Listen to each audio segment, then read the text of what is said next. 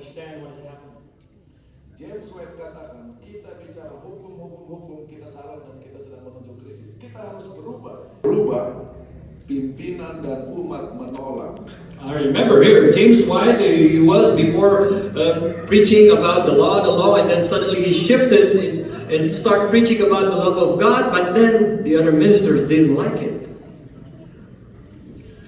Kalau ada satu topik yang nanti akhirnya akan berdiri terus dan menelan semua topik lain, hanya satu, yaitu Kristus kebenaran kita. One interest will prevail, one subject will swallow up every other. There's only one, Christ, our righteousness. Ini kalimat yang mengerikan. This is a very scary sentence. Hanya satu topik yang akan menelan semua topik lain. There is only one topic that will swallow every other topic. Jadi saya harus kasih tahu topik-topik apa yang akan ditelan.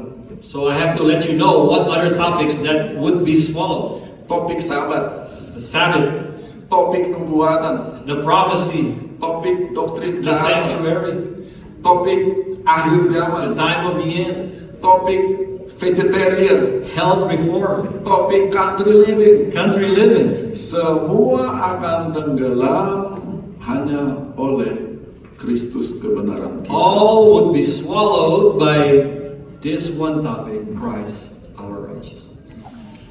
Saya berdiri, Anda duduk. I'm standing here and you are sitting down in the pews. Jadi level kita beda. So that's why our levels are different. Maksudnya level ketinggian. I'm talking about the height. Maka sekarang saya harus merendahkan supaya kita sejajar. So then I have to kind of lower my level so we are equally in the same level. Di mana problem kita?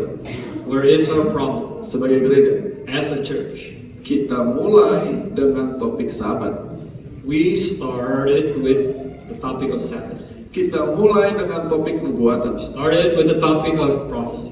Kita mulai dengan topik reformasi kesehatan. We started with the topic of health reformation. Kita mulai dengan topik country living. We started with the topic of country living. Dengan harapan kita jadi orang benar. In hope to become and to be righteous. Yang Ellen White maksud, But what Ellen White meant, kita dibenarkan oleh Tuhan dulu sebelum apa-apa. we are being justified before everything else by God. Tuhan kebenaran kita. God is our righteousness. Baru yang lain ikut supaya sehat. And then everything else would follow so we can live soundly. Kapan dia tulis? When did she write this? 1890. Oke. In the year of 1890. Ellen White mati. Then she passed away. Oh sorry, sebelum dia mati. Oh, before she passed away, Lebih dari 10 tahun kemudian. more than 10 years later, Ini yang dia tulis. she wrote something like, Kecuali gereja yang sekarang sudah sangat matang di dalam kemurtadannya, unless the church which is now being leavened with her own backsliding, yang murtad kata Ellen White gereja Advent ya, bukan gereja Katolik. Dia nggak pernah bicara tentang Katolik. and Dia bicara here, tentang Advent.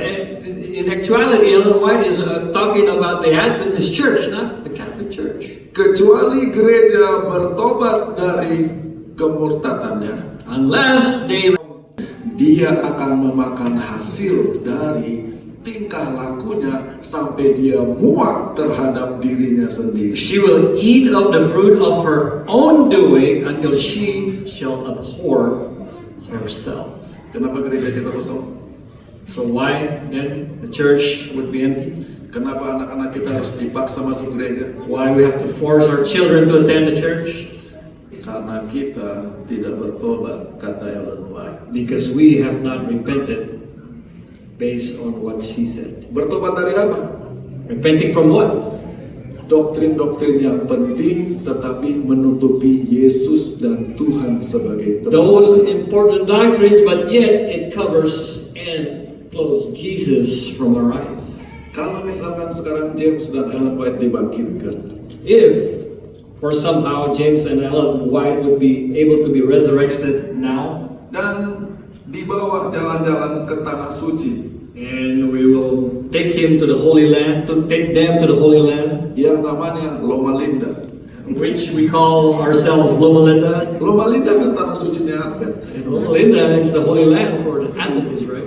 Melihat gereja-gereja, And looking at the churches, apakah mereka akan katakan gereja kita sudah di arah yang benar? would they be able to say that our church is in the right path?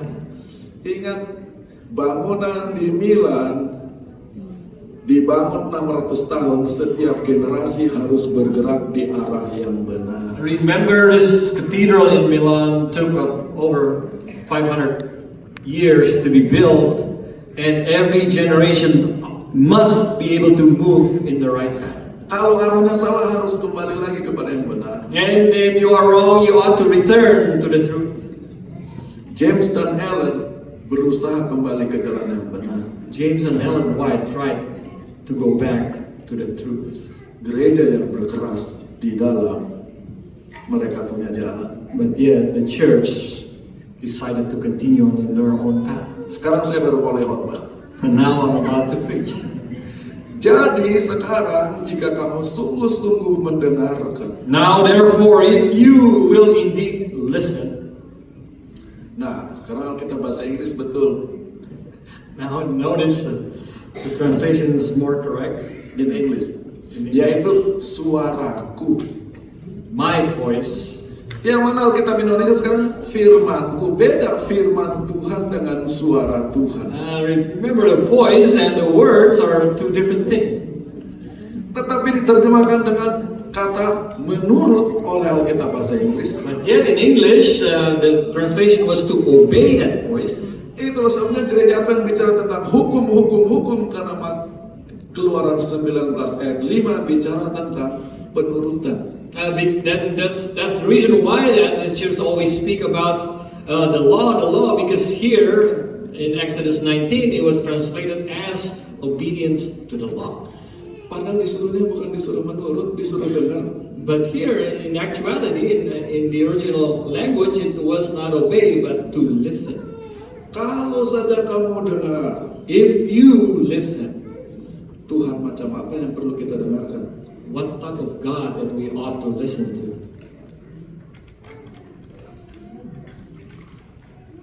Di ayat 5, kalau kamu dengar, janjinya kamu akan menjadi harta kesayangan bagiku.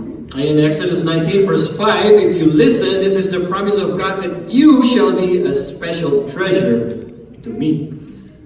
Tetapi yang kita ingat bukan Keluaran 19 ayat 5, yang